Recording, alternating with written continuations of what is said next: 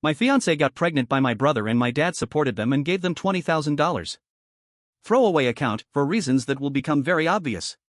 This story isn't easy for me to tell, and it's not something I ever imagined putting out there, but I think I need to let it out. So here it is. I'm Paul, 33M, and I grew up in a quiet suburb of Ohio with my younger brother, Bradley, 30M. From the outside, we were your average working-class family. Dad owned a small plumbing business, Mom stayed home when we were younger, then picked up part-time work as we got older. We went to church, had backyard cookouts, even did the annual road trip to visit my aunt in Kentucky. If you didn't look too closely, you'd think we were just fine. But behind those curtains, things weren't so picture-perfect. Bradley was the miracle child. He was born after a very complicated pregnancy, lots of medical scares, breathing problems, surgeries, and long nights in the hospital. I remember those nights vividly. I'd sit in those plastic waiting room chairs for hours, staring at cartoon murals while my parents took turns by his bedside. Even after he got better, you could feel how different things were. Mom and Dad treated him like glass, delicate, special, untouchable. Meanwhile, I was expected to be solid. The good son. The reliable one. By the time I was 7, I was doing chores like a little adult, expected to excel in school, keep quiet, help with Bradley, and never complain. If I got a B+ on a math test, Dad would ask why it wasn't an A. If Bradley skipped school because he was feeling off, it was perfectly fine. But if I missed the bus? That was a lecture and a grounding. One time in high school, I got detention for being late once and Dad grounded me for a week. That same month, Bradley had cut class 3 times to go hang out at the mall. Mom shrugged it off and said, well, at least he's trying. Trying. That word stuck with me. When I turned 15, I started helping out at Dad's plumbing company. It wasn't glamorous work, but I wasn't looking for glamour. I just wanted to be noticed. It was the only way I could think of to get Dad's attention, to show him I had value. And to my surprise, I took to it naturally.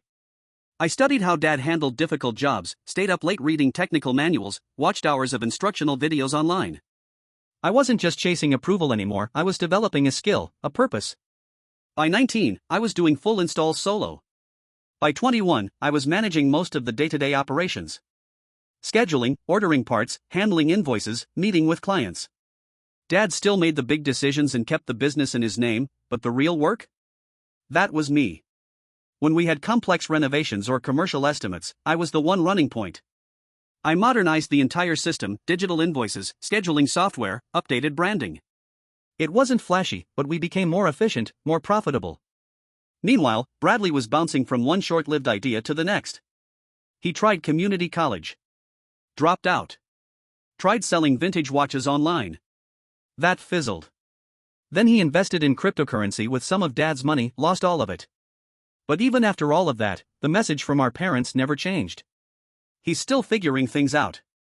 He's been through a lot. You need to support your brother. And I did. For years, I covered for him. Took on extra work. Redid orders he botched. Smoothed things over with clients he rubbed the wrong way. Every time, Dad would look at me and say, "You're the dependable one, Paul." That's what families need. It was exhausting. At 26, I moved out into a small fixer-upper about 20 minutes from my parents.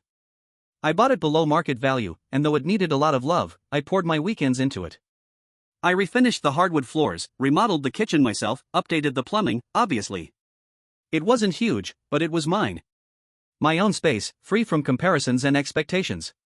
That house became my escape and later, my starting point. That's also where I met Clara, 29F.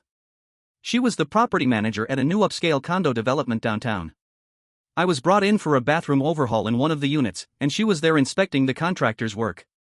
I remember her arguing with a flooring crew about improper waterproofing. She wasn't rude, just firm, professional, confident. Most site managers didn't care about details like that, but she did. After the workers left, I walked over and said, "Nice to see someone who actually gives a damn about code compliance." She looked at me, still fired up from the confrontation, and replied, "If you're not doing it right, then what's the point?" That was it. I was hooked. We talked more during that project. She had studied construction management, learned most of her practical knowledge from her dad, a general contractor, and she wasn't shy about being hands-on. She came by to check progress, asked smart questions, offered thoughtful feedback. We even joked about starting a club for siblings who do all the work. She had a younger sister who was the golden child in her family, too. After the job ended, she called in an emergency plumbing issue at her apartment. When I showed up, there was nothing wrong, she just wanted to see me again. It worked. We started dating, and things moved fast in the best possible way. Clara wasn't just a partner, she was an equal. She helped me study for my master plumber's license, encouraged me to push for more responsibilities at work, and eventually started assisting with the administrative side of the family business. She created a more streamlined billing system, drafted proper contracts, and digitized our scheduling. Dad resisted at first, but even he had to admit the office ran smoother with her changes. We moved in together 2 years later, and I converted a spare room into Clara's home office. We painted the walls, picked new furniture, hung framed photos of us real stuff, not Instagram perfect fluff. We talked about kids, joked about starting a new business together, maybe even branching out into full general contracting work one day. And for a while, everything felt right. But then Bradley showed up at the office again. He had just come off another failed business idea, something involving niche coffee subscriptions, and was once again out of money. Instead of holding him accountable, Dad gave him a desk job at the office. Answering phones, managing the calendar, handling basic logistics. Clara said it made sense. "You're busy with field work, and your dad's getting older," she reminded me. "Bradley can take over the front desk stuff. It'll free up time for you." And for a while, it did. But over time, Clara and Bradley started spending more time together, both at the office and, increasingly, at my parents' house. Clara claimed she was helping Mom with wedding planning, we had just gotten engaged, and said it was easier to focus on admin work away from the noise of my home renovations. It made sense at the time. But then, things changed. She stopped sharing everything with me. Changed her phone password, said it was just a new security setting. Bradley started wearing cologne. Showing up on time. Suddenly, he was more polished. More present. He talked differently, acted differently. And Clara? She began defending him. When Bradley messed up an order, she'd say, "Well, at least he's trying." When I pointed out errors, she'd push back, subtly at first, then more openly. "You're being hard on him," she'd say. "You know how much pressure he's under." It was like watching a slow-moving landslide, unable to stop it but seeing everything shift. That's when Linda, our longtime receptionist, started acting strange. Giving me knowing looks. Asking vague questions like, "How are things at home?" One day, she called me into her office and closed the door. That's when everything began to unravel. Linda had been with the company almost since the beginning. She wasn't just the receptionist, she was the pulse of the place. She remembered every client's name, could fix the office printer when it froze, and kept birthday cards in her drawer for every employee. She was the only person in the business who never picked sides, which is why, when she asked to speak privately, I knew it wasn't going to be small talk. We sat in her cramped office, surrounded by filing cabinets and old job binders. She was fidgeting with her glasses, which wasn't like her. "Paul," she said carefully, "I'm probably overstepping, but I've known you a long time. I've watched you build this company into what it is. And lately, something feels off." I felt a knot tighten in my stomach. "What do you mean?" "It's Clara and Bradley. They spend a lot of time together when you're not here. And it's not just paperwork." I didn't say anything. I didn't want to believe what I was hearing. She leaned in, her voice low. "Maybe come back early from the job tomorrow. Just see for yourself." I left that room with a pit in my chest. That night, I tried to bring it up gently with Clara. "Linda's been acting kind of weird lately," I said, casually. She pulled me aside, said something about you and Bradley spending a lot of time together. Clara barely looked up from her laptop. "Linda loves to stir the pot. She's probably just bored. You know how she is." But that feeling didn't go away. If anything, it grew louder. The next morning, I told the crew at the Blake Avenue renovation that I'd need to run back to the warehouse, said I forgot to bring a set of specialty couplings. It was a lie, but one I didn't enjoy telling. I drove back to the office and entered through the side door that leads into the parts storage. As I walked through the warehouse, I heard music, the small breakroom radio, and laughter. Clara's laugh. Then Bradley's voice. Quiet, but unmistakable. I stopped just outside the breakroom door. There they were. Bradley's arm around Clara's waist. Her phone in his hand. They were laughing about something on the screen. His hand slid to the small of her back. She leaned into him, her eyes soft. They didn't notice me standing there. Not until I cleared my throat. The reaction was immediate. Clara jumped back. Bradley's face drained of color. They both looked at me like teenagers caught sneaking out after curfew. "What's going on?" I asked, my voice too calm. Bradley spoke first. "It's nothing, man. Just scrolling through memes. Joke stuff." Clara was nodding too quickly. "Yeah, just taking a break. How's the job site?" I didn't answer. I just stared. First at her. Then at him. Then back at her again. The air in that room was dense with guilt. I walked out without saying another word. Got back in my truck and returned to the job site. Finished out the day in silence. That evening, Clara acted like everything was normal. She ordered my favorite Thai takeout and asked about my day. It was like watching a stage play, rehearsed lines, forced smiles, carefully chosen words. The next morning, I left my phone on the kitchen counter when I went to shower, something I never did. When I came back, Clara was standing across the room, looking jumpy. Guilty. Still, I said nothing. Later that day, Linda found me near the service van bay. "I can't keep quiet anymore," she said. She laid it all out. "I've seen them. Kissing in the parking lot. Taking long lunches together and coming back in the same car. He touches her lower back when they think no one's looking. This has been going on for months." I felt like my ears were ringing. I didn't yell. I didn't cry. I didn't scream. I just nodded. That night, Clara came home like it was any other day. I waited until she'd put her things down. "Are you seeing my brother?" I asked plainly. She froze, one hand still on the back of a dining room chair. "Paul, what?" "Don't lie," I said. "Linda told me everything." Her face crumpled. Tears started flowing, but I didn't flinch. "It started a few months ago," she said between sobs. "We were working late, and it just happened." I didn't speak. "We were stressed. I didn't plan for it. It's not what I wanted." Still, I didn't speak. Eventually, I said, "Pack whatever you can carry. You have until the weekend to get the rest of your things. You're leaving." She tried pleading. Said she made a mistake. Said she still loved me. I shook my head. "You made your choices." She left that night and moved in with a friend from work. I canceled our wedding venue, the photographer, the catering deposit. Lost around $3,000 in the process, and honestly, I would have paid 10 times that just to be free.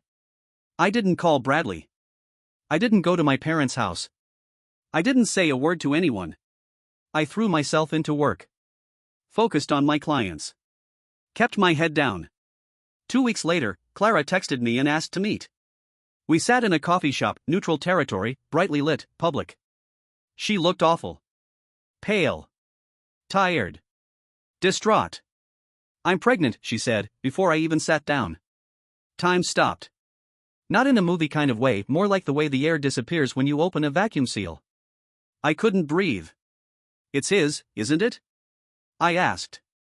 She hesitated. I don't know. The timing." I stood up. "Does Bradley know?" "I told him yesterday," she whispered. I didn't say another word. I walked out. That evening, I drove to my parents' house. Walked into the office where Dad and Bradley were going through billing receipts. "You have something to tell me?" I asked Bradley. He opened his mouth, then closed it again. "I didn't mean for this to happen," he mumbled. "So you're sleeping with my fiancée," I said. Dad's eyes widened in confusion. I didn't mean for it to go that far," Bradley said. "And now she might be carrying your child," I said, turning to my father. "Congratulations. Your golden boy's finally stepping up." Dad started stammering something about figuring things out. I cut him off. "I'm done. With the business. With this family." As I turned to leave, Dad grabbed my arm. "Son, please. Don't do this. The company needs you." I pulled away. "You should have thought about that before letting him ride my back for 30 years. "Don't be dramatic," he said. "Blood is thicker than water." I turned and looked him in the eye. "Does that include sleeping with your brother's fiancée?" Even Dad had nothing to say to that. Bradley muttered, "It was a mistake." "No," I said. "A mistake is forgetting to order the right fittings. A mistake is sending an invoice to the wrong client. What you did was a choice. Every time. You made it over and over. And I left. After I walked out of my parents' house that night, I never looked back. Mom called multiple times. Left long voicemails about forgiveness and how families survive things like this. I didn't respond. I needed space to think, space to breathe, space to rebuild. The next morning, I called every one of our high-value clients. Told them I was leaving the business, but that I could refer them to trustworthy professionals, none of them working under my father's company. Not out of spite, but because I wasn't going to let them be affected by the sinking ship I'd just abandoned. Then I called an old friend, Kenny, who worked at Sullivan Mechanical, one of our bigger competitors on the commercial side. We hadn't spoken in months, but I kept up with their work from a distance. I told him the situation, most of it, and asked if they were hiring. He said yes before I could finish the sentence. I started the following week. Higher pay.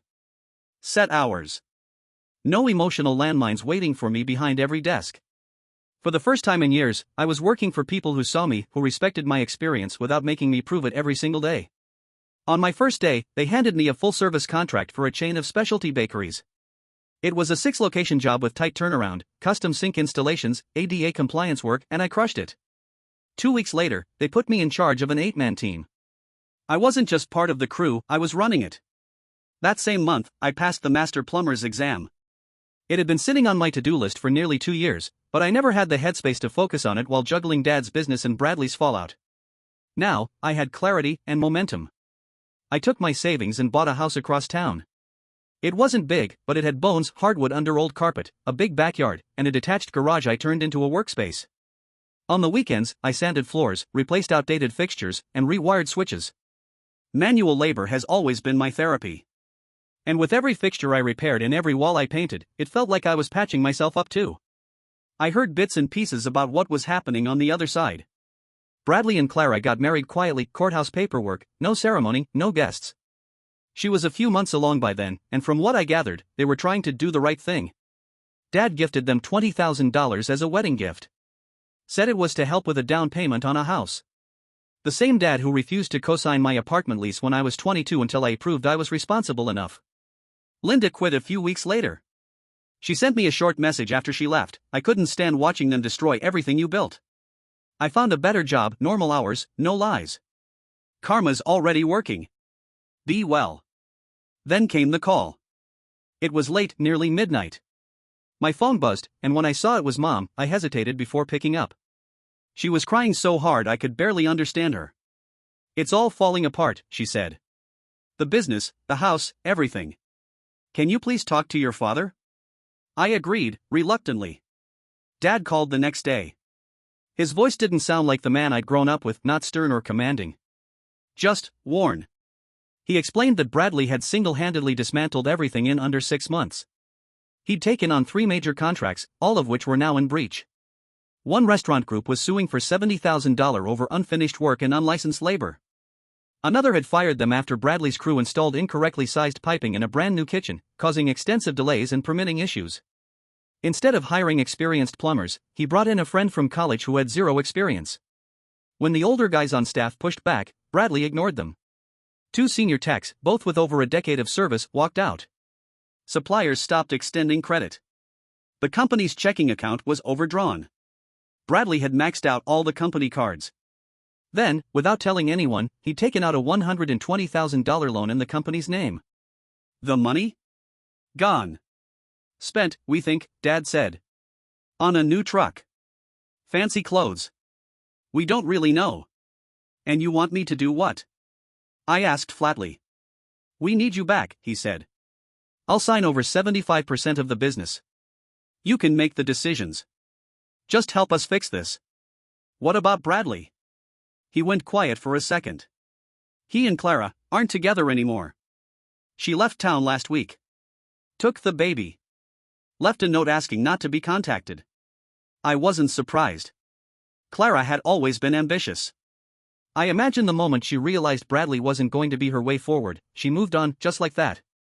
I paused for a moment. Not my problem anymore.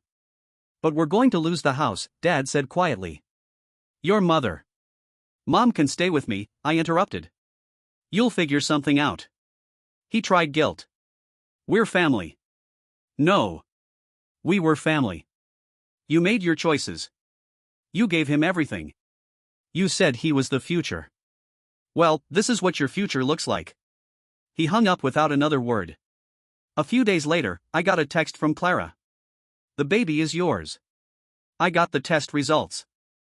Bradley took what was left of my savings and disappeared. Please help me. I didn't reply. I forwarded the message to my lawyer. If the child is mine, I'll do what's right.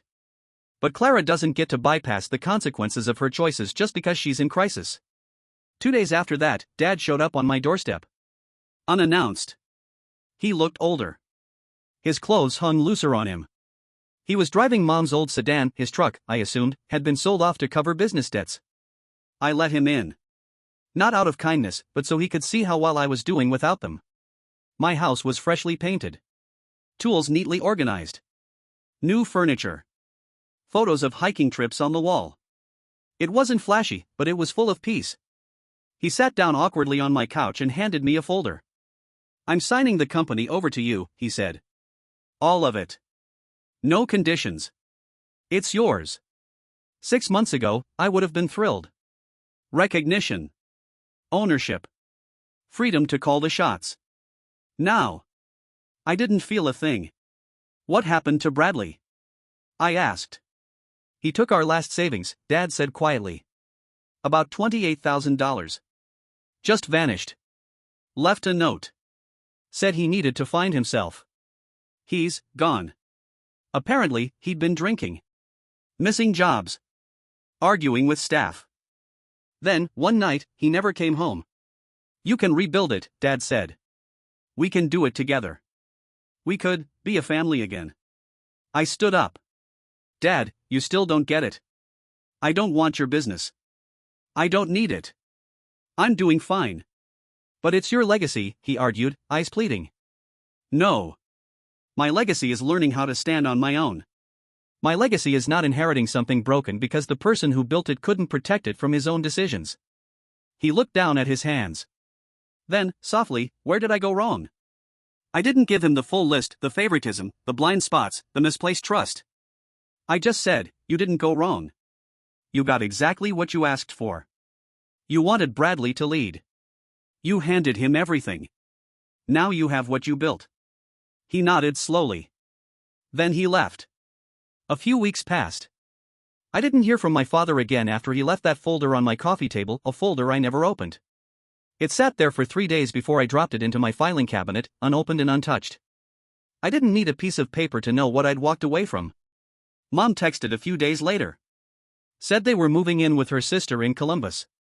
The bank was moving ahead with the foreclosure, and they'd have to be out by the end of the month. She asked if they could stay with me temporarily, just for a few weeks while they figured out a longer-term solution. I replied simply, you are welcome anytime. Dad is not. She didn't argue. Just said she understood. And I believe she did. Not long after, I met someone new. Her name's Rachel. She works in project coordination at one of the new commercial developments on the east side of town. She's sharp, organized, and knows how to talk to a room full of union guys without flinching, which, in my line of work, is rarer than you'd think. We met on site during a contractor walkthrough. Nothing flashy. Just a solid conversation about venting clearances and waterline placement. It felt easy. Real. No games, no pretenses.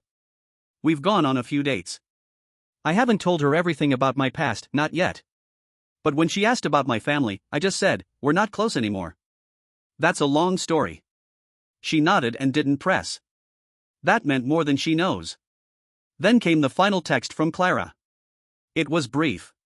If you're still willing, I'd like you to be part of our child's life. I know I don't deserve anything. But they do. That message did something strange.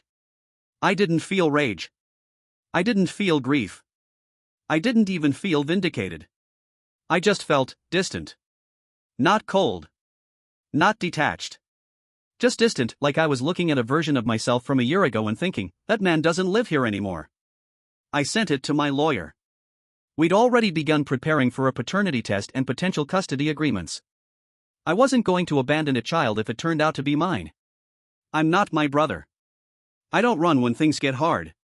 But I also wasn't going to get pulled back into someone else's disaster. And Clara? She'd made her decisions. There was no rebuilding that bridge, she hadn't just burned it, she paved over it with concrete and put up a no trespassing sign.